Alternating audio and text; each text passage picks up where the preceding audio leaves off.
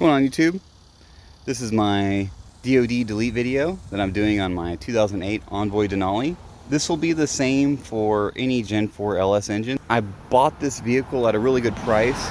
I assumed something was wrong with the DOD system because of how it was running, and sure enough, that was the case. You'll see in a bit what exactly failed. Anyways, the video isn't super exciting. I'm not going to be doing big burnouts or anything like that, since this is just a simple repair video. Hopefully you learned something. It's not a complete step-by-step guide, but hopefully it gives you a good idea of what you'll have to do to complete this job. The only special tools I think you really need is some way to extract the AC, and then you'll need a nice impact for the crank pulley bolt.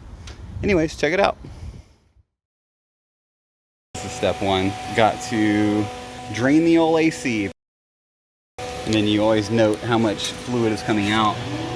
We're a hair below 6. All right, I'll let this bad boy sit over here for a while. You got 2.4 pounds out. That says 2.65. So it's pretty close. When I was limping it back home, the AC was actually really cold and it wasn't doing anything weird like cycling or anything. So I'm cool with that. So yeah, now I'll put it in its resting place to take it apart.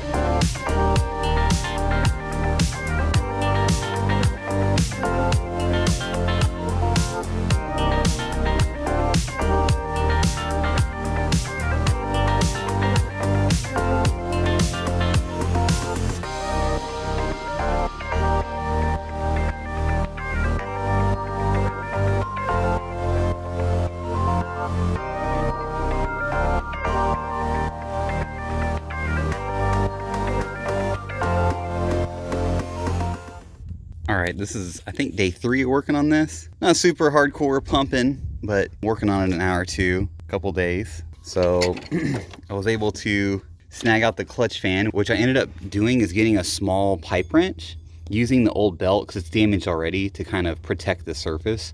But I put the belt on here and I jammed the pipe wrench into here, and then I just kind of made it to where this was pretty solid. Then I got a big crescent wrench, put it on there, put a pipe on it, and then this does turn counterclockwise to come off. I loosened all of these power steering pump bolts. You need these actually go into the head, so you need to loosen those up. I loosened the bottom one up too, just so it'll move just a little bit, but I think it's actually only held on there by that one bottom bolt. Intake manifold's obviously off. I started taking the coils off. This size exhaust manifold bolts are off. I'm gonna try to pull it out. We'll see what happens. I might have to loosen the exhaust to kind of move it over just a smidge so I can pull the head off. That's about where I'm at.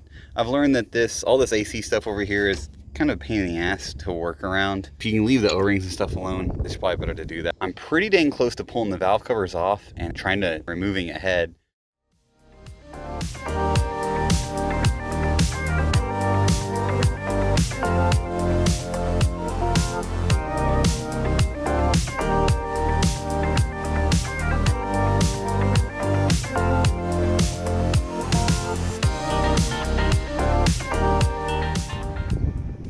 Alrighty, so I did a little work off camera. So what I attempted to do was unhook the manifolds from the heads and just kind of moving them out of the way. But I don't really think that's feasible in this application, which is unfortunate. You know, I like to leave that kind of stuff on there if possible. So I went ahead and removed the one over here. For the exhaust manifold meets the exhaust, those bolts are heat cycled a bunch of times. You know, they're rusty as hell.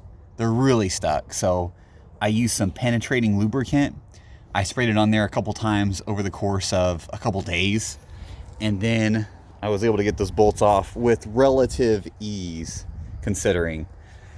So I need to pull this manifold off. I actually pulled all the head bolts off of the bottom of the head and all the small ones on top.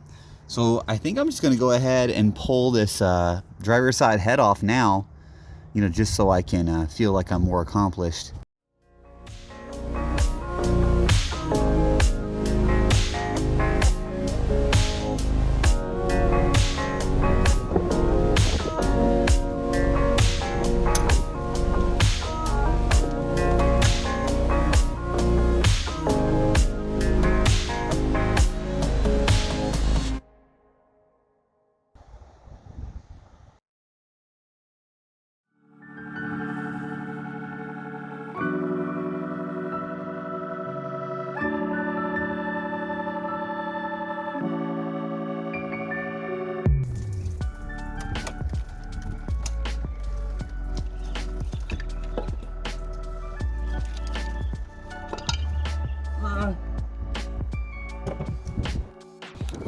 Okay, so I haven't really looked at the engine yet.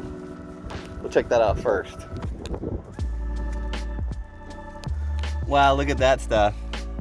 It's pushed up all the way to wherever the hell it is. I've never seen anything like that before. What do you expect, right?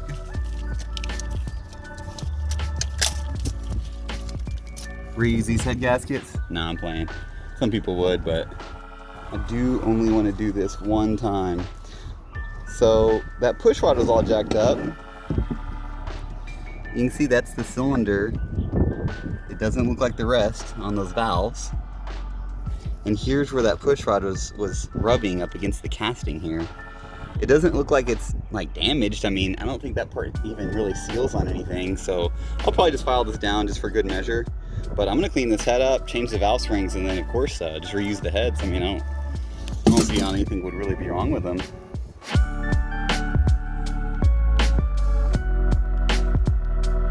Look at that one, it's busted in half, I guess. I bet those aren't supposed to look like that. Look at that, there's the spring and everything. Oops. Came apart.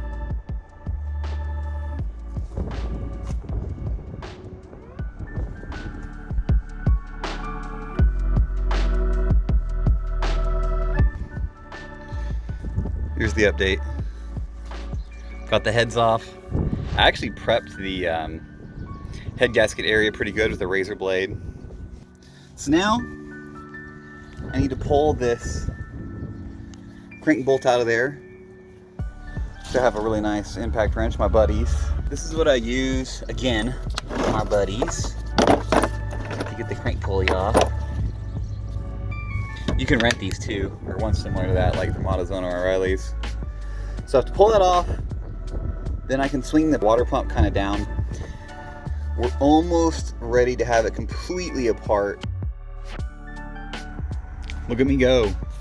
Got the front cover off, got all that stuff off. I'm replacing the cam gear with a 3-volt one. I'm replacing the chain and tensioner with a LS2 version. So I think what I'm gonna do right now is pull off the oil pump and then the gear and then the plate and then the tensioner, take out the cam, and then I'm gonna install the new cam. Wow, what a journey. I didn't think about the stupid oil pickup tube. Now, you can watch YouTube all day long and they tell you how to get the bolt off without dropping the oil pan. Let me just tell you what, it is a pain in the ass. So I ended up going all the way around and taking out all the bolts for the oil pan so I could drop it down so I could get to the oil pan bolt easy enough. One thing I also didn't realize was that the AC compressor bolts directly to the oil pan. Now, I started taking bolts out like up top, but then realized that you only need to remove the bottom 2 bolts.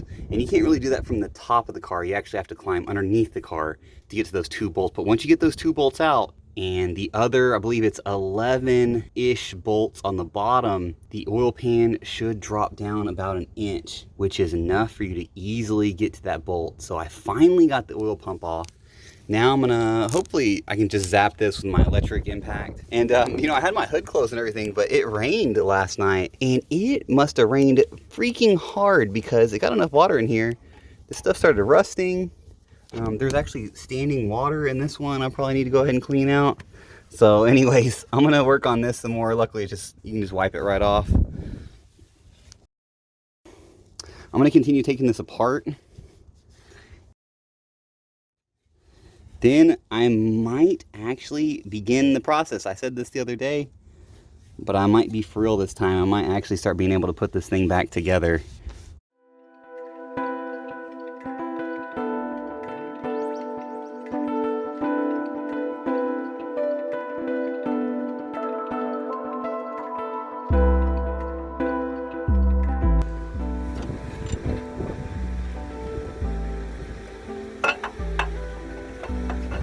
Yeah? Yeah?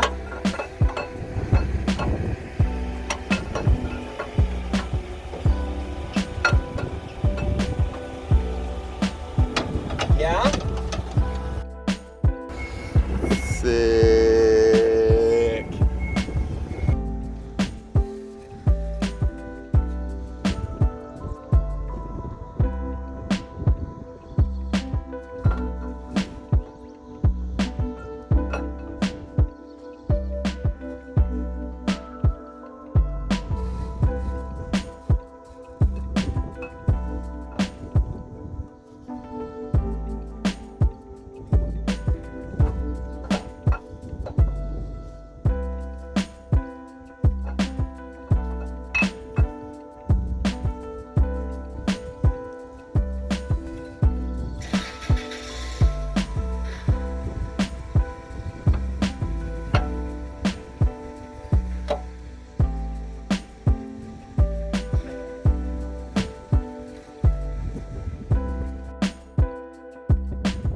I got the cam in, about to put the new retainer plate on.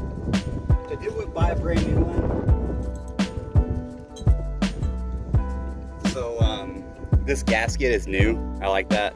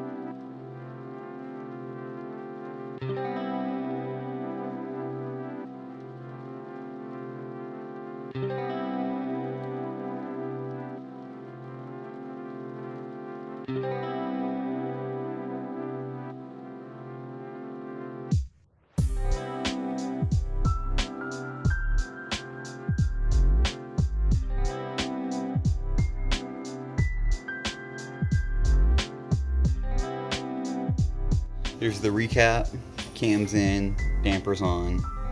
Oil pump's just placed there. I need to put the oil pickup O-ring back on and then position the oil pump and tighten it down.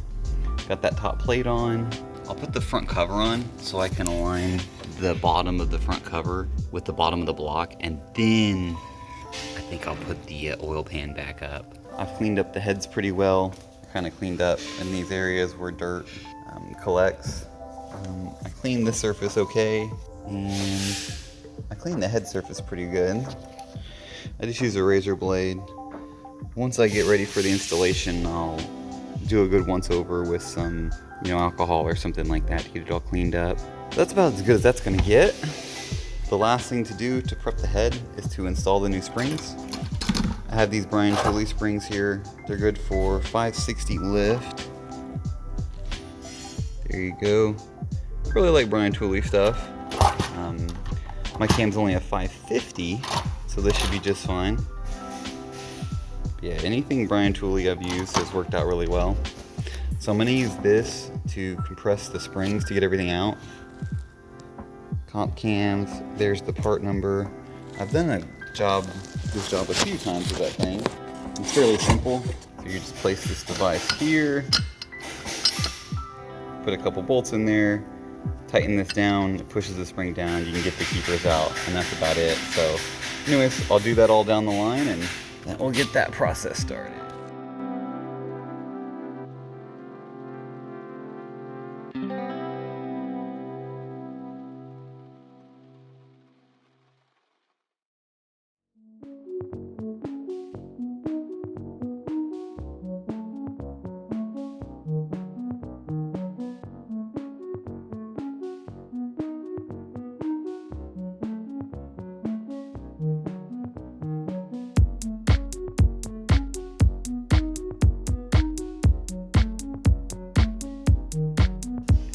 All new springs, stock retainers, stock keepers. Yeah, I think it's gonna work.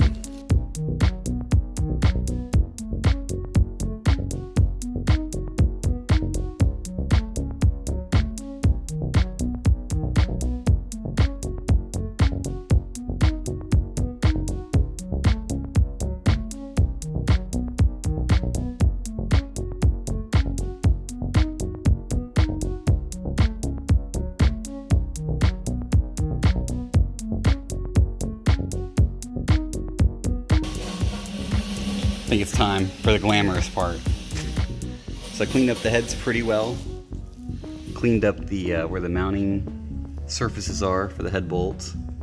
You want to get a nice, good torque reading. Cleaned up the mating surface of the head pretty well. Same thing. Take my word for it. I put this gasket on already. Look at that, sick. See, all you have to do is install the dowel pins, of course, first. All these surfaces are pretty clean.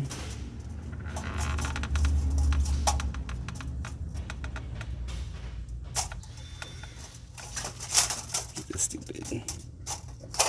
Here we go. All right, I think I'm really ready. I prepped these all up, sprayed it with brake parts cleaner, then air to try to get off the oil that's on them for shipping so they don't rust. Then I applied some lubricant to them. So I think we're about ready. There's nothing like putting the head back on an engine that just makes you feel good.